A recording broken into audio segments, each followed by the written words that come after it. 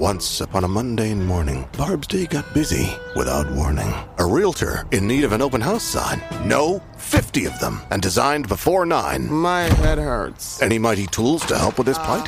Aha! Barb made her move. She opened Canva and got in the groove. Bulk creating Canva sheets. Create 50 signs fit for suburban streets. Done in a click, all complete. Sweet! Now, imagine what your dreams can become when you put imagination to work at canva.com. Hello, Spotify listener! Was it a good idea to employ me, Claptrap, a lovable robot with an admittedly shrill voice, to tell you about the next great looter shooter, Borderlands 4? Of course not!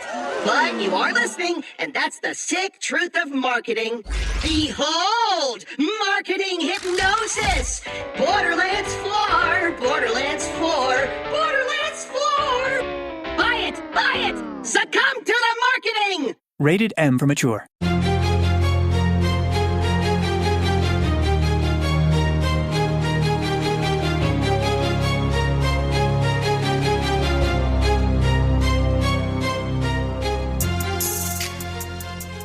Welcome to the Coaching Coordinator Network weekly game planning tips series presented by Lauren's First and Goal Clinic.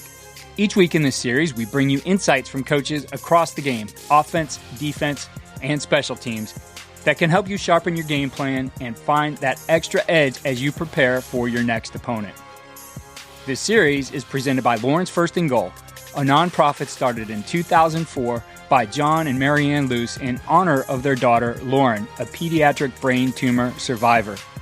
Since its founding, Lauren's First and Goal has raised nearly $3 million for pediatric brain tumor research and family support services. Each March, Lauren's First and Goal hosts its annual virtual clinic, bringing together top coaches from across college and professional football. We're always looking for college and pro coaches to present and for volunteers to help moderate sessions. To learn more, get involved, or donate, visit lawrencefirstandgoal.org. Together we can use the game of football to make a difference. Our offensive insight this week comes from Jordan Neal, who's the head coach at McMurry. Jordan Neal has long been recognized as one of the most innovative offensive minds at the Division III level. From producing record-setting offenses at Hendrix to guiding McMurry to its first winning season in over a decade, his experience as both a quarterback coach and play caller gives weight to how he builds an offense. Here's Coach Neal on the importance of first down, PN10 study, and staying disciplined as a play caller. So moving on, first downs. Okay, this is something that I learned early on as a play caller when I first started out at Howard Payne back in 2007, and something really that I even knew kind of whenever I was playing as a quarterback, in the offense at Hardin-Simmons University where I played. On first down, if you're ever in doubt, call a base play. There's nothing wrong with being basic on first down and trying to get yourself on schedule on first down. So if you're ever in doubt, stick with what you know and do what you know you can execute on first down so that you give yourself a chance on second, third, and then potentially fourth down. Learn something new every single play throughout the course of the game. I spent one season at Howard Payne running triple option. Believe it or not, I hated it because it was new to me and it got me way out of my comfort zone. But little did I know at that time that was something that was really helping me to be a more well-rounded and a more holistic offensive play caller. And the reason for that is we paid a lot of attention to, in the triple option, who's making the tackle. And we charted that throughout the course of the game. And I think there's a lot that you can derive by having a student coach or a GA or somebody that can just mark down, say, hey, number 42, who's the well linebacker or whatever, he's consistently making tackles. Well, why is that? And you need to kind of learn those things throughout the course of the game, because I think the really good play callers are the ones that can not just necessarily draw up a good game plan that's going to look good on paper before you play the game, but how can you adapt and evolve throughout the course of the game? And you can't do that unless you're being really conscientious about learning throughout the course of the game. Got to be great on third down. Practice third down, short, medium, and long. I'll get into more of that in just a moment, but I think you've got to simulate that in practice each and every day. All right. And then I cannot even overstate the importance of PN10 study. Okay. PN10 study is vital. You've got to make sure that you get all your tight ends, all your fullbacks, all of your players out on the sideline huddle in order to try to confuse the opposing personnel finders. I think a lot of defenses these days do a really good job of identifying personnel and matching what they're going to do front wise, second level, and certainly coverage wise based on whether you're in 10, whether you're in 11, 12, 21, 22, whatever it may be. So P and 10, you've got to have a great game plan. We typically get about 12 to 15 P and 10 plays throughout the course of a game. And I'll talk more about that in just a moment. But we score on 66% of the series is when we make a first down coming off of the sideline. Okay. And beyond that, if you drill down a little bit deeper into that, we make a first down on like 90% of the individual series where we make 5 yards or more on first down. So when you think about it, in a course of a game, you may run 60 plays, you may run 80 plays or anything in between, but it's the 12 to 15 plays on P and 10 that really can set the stage for your ability to get the ball in the end zone or get yourself in scoring range with a field goal. Suggestions from the booth have got to be reserved between series or when requested from the sideline. I'm a head coach. I call plays and I do it from the sideline. I've gotten comfortable doing that over the years just by necessity. And certainly as a head coach, it's not like I can be up in the booth. So there's a lot of rattle and there's a lot of noise and there's a lot of competing voices that could be taking place. And we just simply can't have that in the middle of a series. You've got to talk about those things in the hot area and in between series as you have time. And you've got to really coach hard during those intervals between those series. So really all I'm looking for is somebody that can just really briefly, really quickly give me hash, yard line, down and distance, and just spit it out immediately. Left hash, 1st and 10, ball's on the 25. Boom. That's simple. That's all I need. And in some cases, you don't even need that. Okay. But it's got to be really, really tight, a tight protocol for communication in the headset. Otherwise, your brain can go in a million different directions and you can get frozen and be left without a play, having to call a timeout or getting a delay of game or calling a less than optimal play. And you get yourself off schedule, and now your players are frustrated, your coaches are frustrated, and you just created a really easily avoidable situation. I think the next thing is big. Have a reason for calling a special play. This is something that takes practice. It takes time. It takes getting a feel for what works and what doesn't. But you've got to be able to set things up. I loved Greg Maddux as a pitcher. He was a guy that pounded the strike zone. He only threw a couple pitches. He threw a 4-seam fastball, a 2-seam fastball, a really tight curveball that changed the speed, and he threw a wicked circle change. Every single one of those pitches looked exactly the same to the hitter coming off of his hand, but it became something different, and he did a great job of setting the batter up to think that he's going to see a certain pitch, and then he backdoors with something else and keeps him off balance. That's why he got a lot of ground ball outs, a lot of pop flies, and a lot of strikeouts. So you've got to have a reason for calling something that's a little bit out of the ordinary by setting that up throughout the course of a game. Don't risk losing 6 yards for 6 points unless you just absolutely have to. Okay. I've seen that happen all too often where you get into a rhythm and you get into a flow, you get a little bit anxious and you're greedy and you dial up something.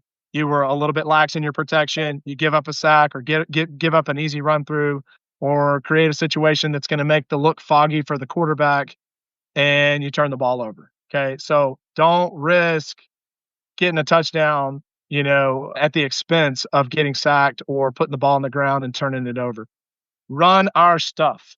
Okay. Don't let the defense change who you are. I think that's a big, big key. Like as an offensive play caller, it's okay to be dogmatic about the fact that what you're doing. The defense doesn't know. Keep those guys basic, keep those guys simple by doing your stuff and not allowing those guys to dictate the terms of play. Make them beat us. Okay. Don't beat yourself. Obviously that goes without saying, but I think more games are lost by coaches than are won by coaches. So we've got to do a smart job of staying out of the player's way and not trying to do too much. Coach Neal's point is clear. Offensive identity is built through discipline and detail. When you win first down and know your P and 10 plan, you set the tone for everything that follows. Now let's take a look at the defensive side of the ball, an insight from defensive coordinator at Rhode Island, Chris Lorenti. Coach Lorenti has helped elevate Rhode Island's defense to championship caliber. In 2024, his unit captured a CAA football title with 5 players earning all-conference honors. His systematic approach to weekly prep shows why his defenses are so consistent. Here's Coach Lorenti on how his staff begins the week with first and second down breakdowns and how they build the defensive game plan from there. Really a snapshot of our game week of prep and how we go about it. We are a Sunday off operation, and we'll come back on Monday for the first practice of the week. So obviously we go game day, and then we'll go right into Sunday, and we got to get our first and second down run and our first and second down pass broken down. And we have to make sure, each coach is going to work on his piece of the game plan. But Sunday night, we will work through, I will present a cut-up and PowerPoint presentation to our defensive staff on first and second down run. I'll talk about zone versus gap. I'll talk about different ways they're shaping the C gap. I'll show different oddities and some issue runs that we might see, might encounter. And we'll make sure that we illustrate as much as we can, the looks that we typically present against those formations and those runs, and maybe some oddities that they present to us as well that we might have to try to correct as we go. Coach Cooper will work on par pass that night, and he'll present that night. So our par game plan will start to take shape on Sunday night before we practice. We'll come back on Monday, and we'll work third down pass pro, third down pass, red zone goal line, and short yardage as a staff. Those presentations will happen Monday night as a staff or Monday throughout the day as a staff. We're a morning practice operation here at Rhode Island. So we have some time in the afternoon to try to watch practice and then go ahead and work on the game plan as well. Our players, in practice, this is what they're doing. So we're able to get our corrections in from the previous game, and we're able to get our par run and our par pass game plan out there on Monday in a shortened practice. We just get the boys out there running around, and we're going to fit some runs. We're going to defend some base pass plays with our base coverages. We'll review as a staff on Tuesday. We'll talk about any oddities, any trick plays, any overload pass concepts, things like that. We'll review those as a staff in presentations on Tuesday, and then we'll rep, all par, and we'll get into third down on Tuesday as well. And then obviously, as you could see throughout the week, we'll go ahead and carry on with the game plan like all of us do. Just talking about our thoughts, our initial thoughts when we see zone. We see zone, we want to try to ask ourselves, do we want to be in an odd front or an even front to combat this zone? Is it stretch zone? Is it mid zone? Is it inside zone? What are they doing in that C gap area? Are they bringing a tracer into that C gap area? So we're gonna bang our heads around a little bit. We're gonna ask ourselves, do we want to play some odd? Want to play some even? What formations do we want to see these things against? What areas of the field do we want to play those things? Do we want to be stable, and do we want to stun? Obviously throughout a game we're going to do both. But what do we prefer? What are we better at? And a lot of that is determined right now in spring football. Versus gap scheme, spill or lever. Do we want to spill the football out? Can we spill it out to secondary support based on the formation, based on the look that we're getting? And how do we handle stunts? When we do reduce the front, are we banging gaps in gap scheme? Are we canceling gaps? Are we staying in the gap and the linebacker's going to stay backside? How are we handling the gap movement in our reductions or in our full line reductions? This is a quick snapshot of our two fronts, right? Playing an odd front with a 9 technique, playing an even front, 6 technique. We'll move that guy around back and forth to try to make it look different. What stands out is how Coach Lorenti frames everything around structure, knowing when to play odd or even, how to handle the C gap, and making sure the entire staff is aligned before the week gets deep. That's how details translate into execution. Moving on to special teams, we have John Mack, who's retired high school and college coach, sharing his insight on special teams planning. Few coaches have had more success in California high school football than John Mack.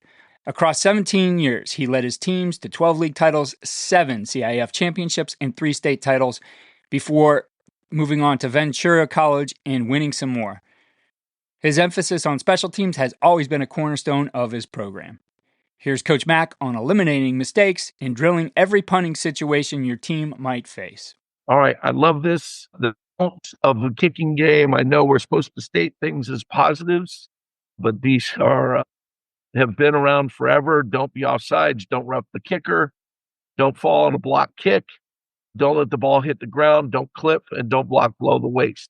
If guys remember those, and that kind of becomes a mantra, and you can say it over and over and over, and everyone has it memorized, then you eliminate some of those things. And I know it's a negative deal, the don'ts, but it's very important. All right, our punters. These are the things that you have to work on with your punters. You have to work on punting away from the great returner. That's directional punter. If the ball's on the left hash, we don't want to punt the ball out of bounds.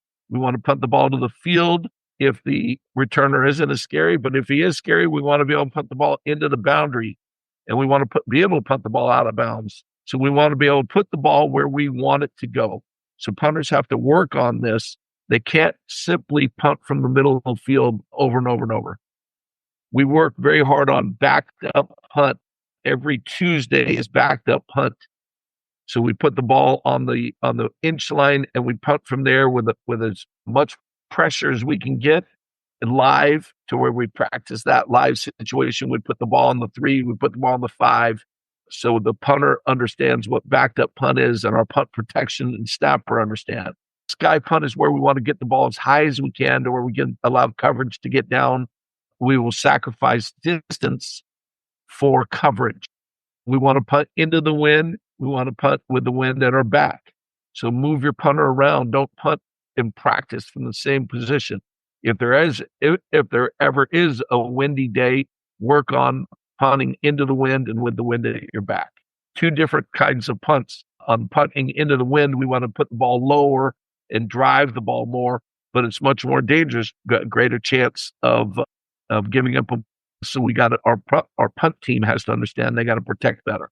Scramble and punt is working with a bad snap. Quick punt is 1 step go, and then wet ball drill. We're lucky here in California; we don't deal with it very often, but you need to practice that. So we have old balls, and we bring out a bucket of water, and we submerge the ball, and then let the snapper snap that, and the punter punt it.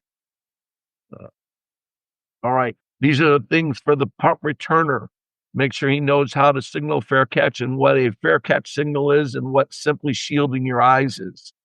Make sure he knows the 10-yard rule, which is putting the ball, the other team is punting from about the 50 in.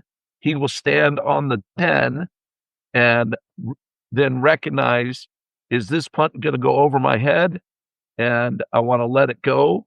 Is this punt going to be short and I want to let it bounce and get into the end zone? Or do I need to fair catch it right here or catch it and run? So the 10-yard rule is really, really critical. The other thing that we do not do is the fake fair catch on the 10-yard and try to draw people away. We want to run away from the ball and draw people away as if we're going to field it and let that ball hit the ground and roll in the end zone. And then the punt returner has to recognize, is the nose up or is the nose down? Are we going to go over the shoulder? Or are we going to catch it in the front? All right. So we have to work on all these different skills in practice. All right. Blocking kicks. And then particularly talking about punt today, we will block from the edge and up the middle, depending on what your protection scheme is, what you are where your weaknesses are, but most of our blocks are off the edge. And then scoop and score is what we do with a block kick. You have to drill that. We have a takeaway circuit, and one of the missions is scoop and score. I think we went over this already. And the punt team needs to know how to react if the ball is blocked. That's at the bottom of this. I don't think we talked about that. Reaction to a block kick, if the block kick is behind the line of scrimmage or if it crosses the line of scrimmage. So we want to make sure we know what to do if the worst thing in the world happens and we do give up a block kick. Punt block, our alignments, and I should go over this in a minute. Our alignments versus spread, our alignments versus tight, the 10-yard rule, fake pickups, punt safe is what we will use with our regular defense, and we'll either get a returner in for the free safety or we will have our free safety know how to catch the ball. And then the Peter call is if the ball hits the ground and we want to get everyone away from it. So a short punt or maybe a partially block punt, we want to get away from it. So we want to be able to know when and how to use the Peter call, and then how we react when we block the punt. If we block the punt behind the line of scrimmage, we're trying to scoop and score. If it crosses the line of scrimmage, we have to make a great judgment of that, and then either get away or field it if there's room. Coach Mack's experience reminds us that the hidden yards of the kicking game are often the difference in winning and losing. By drilling the basics and preparing for worst-case scenarios, you give your players confidence when the moment comes. That wraps up this week's Coach and Coordinator Network weekly game planning tips series presented by Lauren's First and Goal Clinic. The theme this week is discipline, whether it's staying on schedule with your offense, being detailed in your defensive run fits, or eliminating mistakes in special teams. Game planning isn't just about scheme, it's about structure. And these coaches remind us that details matter most when the game is on the line. Don't forget the Lauren's First and Goal virtual clinic that happens every March. It's a chance to learn from some of the best coaches in the game while supporting the fight against pediatric cancer. Learn more at lawrencefirstandgoal.org. Thanks for listening, and as always, find the winning edge.